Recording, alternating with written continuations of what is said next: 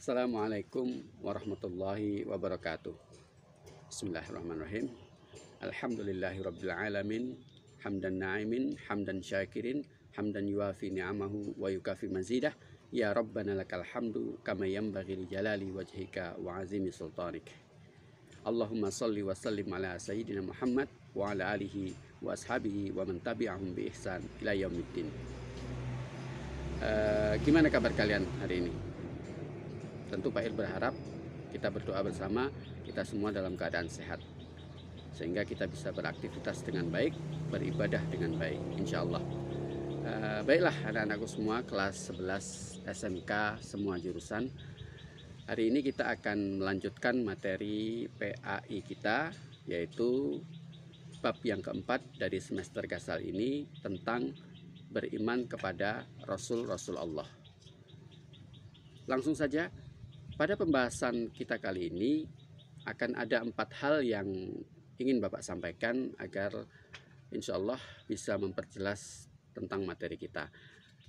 Bahasan yang pertama adalah tentang definisi, yang kedua adalah tentang sifat Rasul, yang ketiga adalah tentang hikmah iman kepada Rasul, dan yang keempat adalah peranan kita beriman kepada Rasul. Kita bahas dari yang pertama dahulu, tentang definisi. Definisi itu apa? Definisi itu adalah pengertian. Kalau kita berbicara tentang pengertian, maka seringkali diulas itu melalui 2 sudut pandang, yaitu sudut pandang etimologis dan dari sudut pandang terminologis. Kita bahas dari segi etimologis. Etimologis itu adalah dari segi bahasa. Rasul itu tentu berasal dari bahasa Arab. Rasala yursilu risalatan, yang berarti adalah utusan. Karena memang yang namanya Nabi dan Rasul itu adalah seorang utusan. Utusan siapa? Utusan dari Allah untuk kita semua, untuk kita umatnya. Kemudian kita bahas dari segi terminologis atau dari segi istilah. Apa sih pengertian dari Rasul itu dari segi istilah? Rasul adalah manusia-manusia pilihan Allah. Jadi ini jelas ya, dipilih oleh Allah, yang diberikan wahyu kepadanya berupa ajaran atau syariat yang wajib disampaikan kepada umatnya. Nah, ini adalah pengertian dari Rasul. Kemudian ada tentu pertanyaan tentang, Pak, apa terus bedanya dengan seorang nabi? Nah, ada bedanya, walaupun juga ada samanya. Kita bahas dulu tentang nabi. Nabi itu siapa? Nabi adalah manusia pilihan Allah. Jadi sama ya, kalau dengan Rasul tadi, manusia pilihan Allah yang diberikan wahyu. Sama, Nabi juga diberikan wahyu yang berupa syariat atau ajaran. Nah, tetapi bedanya adalah tidak diwajibkan kepadanya untuk menyampaikan kepada umatnya. Jadi ini bedanya antara Nabi dengan Rasul. Nah, itu adalah perbedaan dari seorang Nabi dan Rasul. Kemudian yang perlu kita ketahui lebih lanjut adalah di manakah posisi iman kepada Rasul itu. Posisinya tentu kita kaitkan dengan rukun iman. Nah, kalau kita berbicara tentang rukun iman ada 6 kan ya. Nah, yang pertama adalah iman kepada Allah, iman kepada malaikat, iman kepada kitab-kitab Allah, dan yang keempat adalah iman kepada Rasul-Rasul Allah. Jadi kalau ini kita fahami betul, maka akan sampai pada kita ketetapan bahwa ternyata mengimani atau mempercayai kepada Rasul itu adalah hukumnya menjadi mutlak atau wajib. Tidak boleh tidak, kita sebagai umat Islam wajib mengimani kepada Rasul-Rasul Allah. Nah, ini sebagaimana tersebut di dalam surat An-Nisa ayat 136. Bapak bacakan, semoga bisa kalian dengarkan dengan baik. A'udzubillahi minasyaitonirrajim. Bismillahirrahmanirrahim. Ya ayyuhalladzina amanu, wahai orang-orang yang beriman. Aminu billahi wa rusulihi, berimanlah kalian kepada Allah dan Rasulnya. Wal kitabil ladzi nazzala ala rasulihi, dan kepada kitab yang diturunkan kepada Rasulnya. Wal kitabil ladzi anzala min qabl, dan kitab yang diturunkan sebelum itu.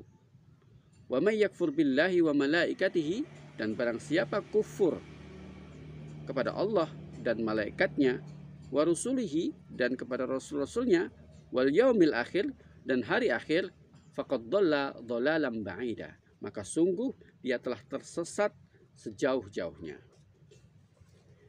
Jadi jelas dari ayat itu bisa kita ambil satu kesimpulan bahwa memang beriman kepada Rasul itu adalah hukumnya wajib.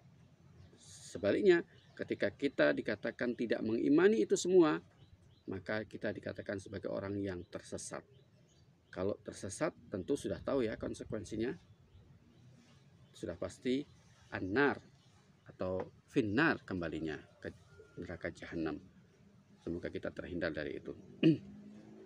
Kemudian kita berbicara tentang pembahasan jumlah. Ada banyak versi tentang jumlah dari ini. Tetapi yang ada disebutkan dalam riwayat Imam Ahmad, jumlah dari Nabi itu ada 1200. Dan dari 1200 itu disebutkan ada 315 Rasul. Dalam riwayat yang lain ada Imam Tirmizi mengatakan bahwa jumlah Rasul itu ada 312. Kemudian ada lagi di riwayat yang lain dikatakan bahwa jumlah dari Rasul itu ada 313, sejumlah dengan Ashabul Badri, yaitu sahabat-sahabat Rasul yang ikut berperang dalam perang Badar. Terkait dengan jumlah tersebut, dengan jumlah yang banyak tersebut, maka kita sebagai umat Islam bukan hanya diwajibkan untuk mengimani 25 Nabi dan Rasul. Ya, tentu kita sudah tahu ada dari Nabi Adam sampai Adam, Idris, Nuh, Hud, sampai ke terakhir adalah Nabi kita Muhammad Shallallahu Alaihi Wasallam. Maka kita wajib mengimani mereka. Kemudian kita bahas tentang hal yang berikutnya, yaitu tentang sifat dari Rasul.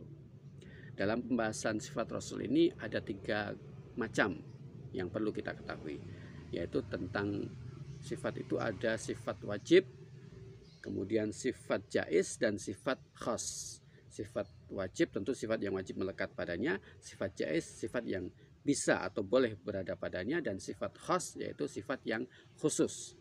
Kita bahas yang pertama tentang sifat wajib. Sifat wajib ada 4. Kalian tentu sudah pernah mendengar, bahkan sudah menghafal, yaitu satu diantaranya adalah sifat siddiq. Apa itu siddiq? Siddiq adalah jujur atau benar. Maksudnya apa?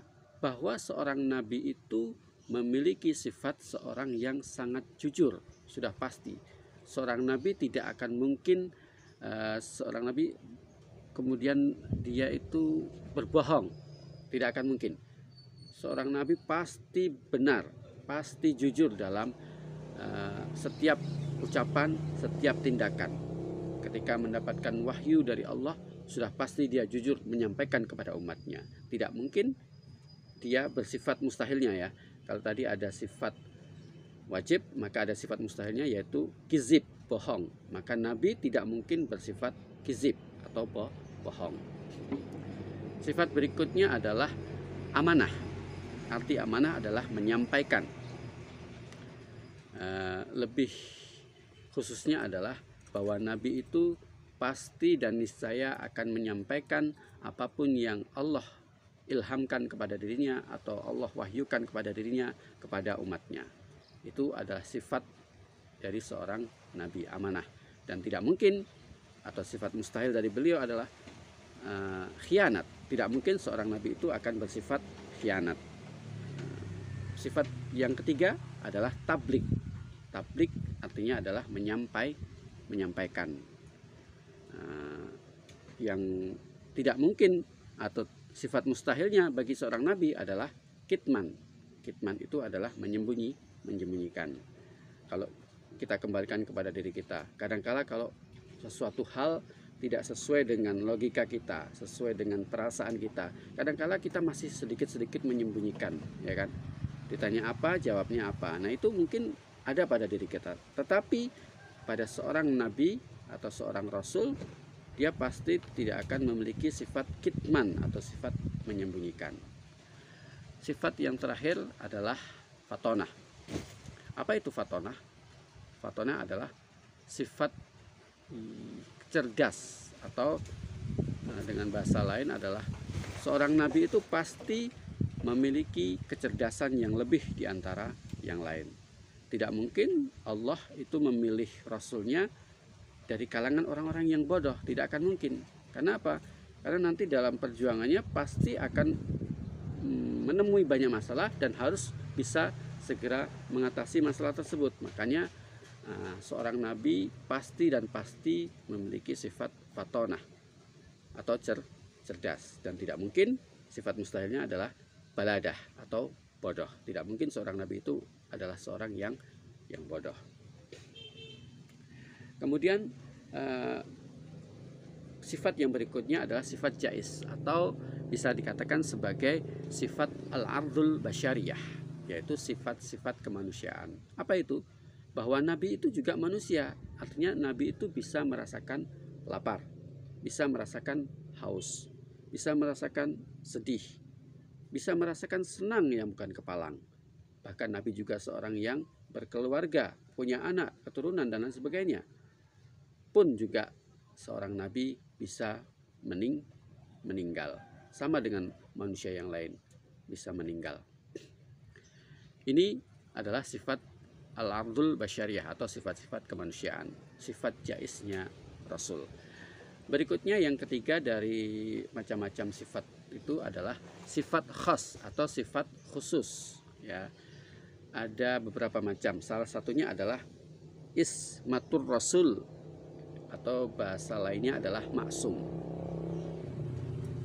Bahwa seorang nabi itu senantiasa terjaga dari kemaksiatan, senantiasa terjaga dari kesalahan. Kalau kita yang namanya manusia itu asal katanya kan anisyan, niscaya menemui kekhilafan, itu anisyan atau sering lupa dan lain sebagainya. Tetapi beda dengan nabi. Nabi itu adalah seorang yang maksum, seorang yang terjaga. Ketika mungkin dia atau beliau akan melakukan satu kesalahan, mungkin akan. Tetapi begitu ada terniat mungkin kesalahan tersebut, Allah langsung menjaganya. Allah akan langsung mengingatkannya. Maka dikatakan sebagai bahwa Rasul itu bersifat maksum, terjaga dari maksiat. Berikutnya adalah iltizamur rasul. Apa itu? Bahwa seorang nabi itu memiliki sifat karakter yang kuat, memiliki komitmen yang tinggi.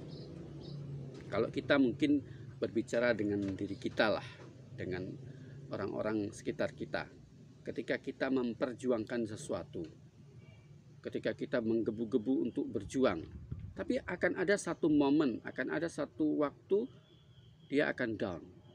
Mungkin mendapatkan satu masalah, mungkin mendapatkan satu tekanan, mungkin juga mendapatkan cemoohan, bulian, dan lain sebagainya. Kemudian menjadi kendor semangatnya. Akan tetapi berbeda dengan seorang rasul. Seorang rasul itu memiliki iltizam rasul, yaitu memiliki pedoman, memiliki komitmen yang tinggi. Ketika dia menghadapi apapun rintangan tersebut, tidak pernah goyah, dia akan terus selalu fight, akan selalu berjuang. Itulah bedanya nabi dengan atau rasul dengan umat-umat yang lain atau dengan manusia yang lain. Kemudian yang berikutnya adalah sifat yang khas, yaitu tentang mukjizat. Nabi itu atau rasul sering disebutkan memiliki mukjizat. Memang benar adanya. Kita bisa melihat pada kisah tentang Nabi Musa. Nabi Musa diberikan tongkat yang bisa berubah menjadi ular, kemudian bisa membelah lautan. Ada lagi Nabi Ibrahim yang tidak mempan dibakar api. Ada lagi Nabi Yusuf yang mampu menakwilkan mimpi menjadi kenyataan. Kemudian ada Nabi Isa yang mampu menghidupkan orang mati, bahkan bisa menyembuhkan orang buta. Tidak lupa adalah Nabi kita Muhammad SAW. Apa mujizatnya beliau? Ada beberapa, di antaranya adalah dari sela-sela jarinya ini mengalirkan air ketika para sahabatnya berwudu. Ada satu riwayat mengatakan Nabi bisa membelah bulan. Dan yang paling utama dari mukjizat Nabi kita Muhammad SAW adalah Al-Quranul Karim. Kitab kita Al-Quranul Karim, yang hingga hari ini bahkan Allah jamin kemurniannya, bahkan Allah jamin, Allah jaga keasliannya. Alhamdulillahirrahmanirrahim. Sungguh merupakan satu kenikmatan bagi kita bisa mendapatkan, bisa menemui, bisa mengimani Al-Quranul Karim kita. Amin, insyaallah. Berikutnya adalah tentang pembahasan berikutnya adalah tentang hikmah. Ada banyak hikmah yang kalian temui di LKS ataupun mungkin di buku-buku paket tentang ini dan ini. Akan tetapi yang ingin Pak Ir sampaikan adalah hikmah yang terbesar dari itu semua. Hikmah terbesar dari kita mengimani Rasul adalah apa?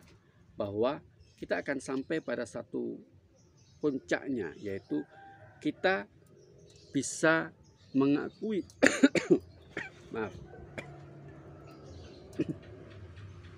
Kita sampai pada level mengakui bahwa Allah itu adalah Tuhan kita. Allah itu adalah sandaran kita. Allah itu adalah tempat kita beribadah. Allah itu tempat meminta pertolongan dan lain sebagainya. Ini adalah puncak dari hikmah beriman kepada Rasul. Bagaimana bisa? Rasul tadi adalah seorang yang dipilih oleh Allah. Dan dalam faktanya, ketika mereka berjuang menghadapi rezim yang lalim, menghadapi penguasa yang kejam, pada akhirnya mereka menemui kegemilangan. Pada akhirnya mereka mendapatkan kemenangan. Ini artinya apa? Bahwa Rasul ini adalah seorang yang memang betul-betul merupakan pilihan Allah, yang Allah berikan kemampuan sehingga mampu menemui kemenangan. Artinya adalah bahwa Allah di sini adalah berperan sangat besar, sehingga ini bisa menjadi satu pembuktian bahwa Allah itu memang ada. Allah membantu para rasulnya. Ini adalah hikmah yang terbesar. Kemudian yang terakhir pembahasan kita adalah tentang penerapan. Bagaimana kita menerapkan iman kepada Rasul? Tidak boleh tidak lain adalah bahwa kita harus menjadikan para Rasul tersebut sebagai uswah kita, sebagai panutan kita dalam kita menjalani kehidupan sehari-hari. Ketika kita bicara tentang cerminan atau contoh, maka kita sering mendengar hadis dari Rasulullah, yaitu innama bu'itsu liutammima makarimal akhlak, bahwa Nabi itu diutus kepada kita adalah untuk memperbaiki akhlak. Jadi intinya adalah yang ingin Pak Ir sampaikan adalah bahwa ketika kita mengimani Rasul, maka jadikanlah Rasul itu sebagai cermin bagi diri kita, sehingga perilaku kita, perbuatan kita akan bisa, paling tidak akan bisa menyamai kepada sifat-sifatnya Rasul tadi. Mungkin ini yang bisa Pak Ir sampaikan, tidak terlalu panjang, tetapi mudah-mudahan bisa dimengerti. Semoga ini bisa menjadi satu tambahan ilmu buat kalian. Terakhir, mudah-mudahan kita adalah generasi-generasi yang dicintai oleh Allah, dicintai oleh Rasulnya, sehingga harapan kita kelak akan bisa bertemu dengan para kekasih Allah di Yaumul Hisab dan akan mendapatkan tempat yang baik untuk kita sebagai akhir kesudahan. Itu saja yang bisa Bapak sampaikan. Akhirul kalam, wassalamualaikum warahmatullahi wabarakatuh.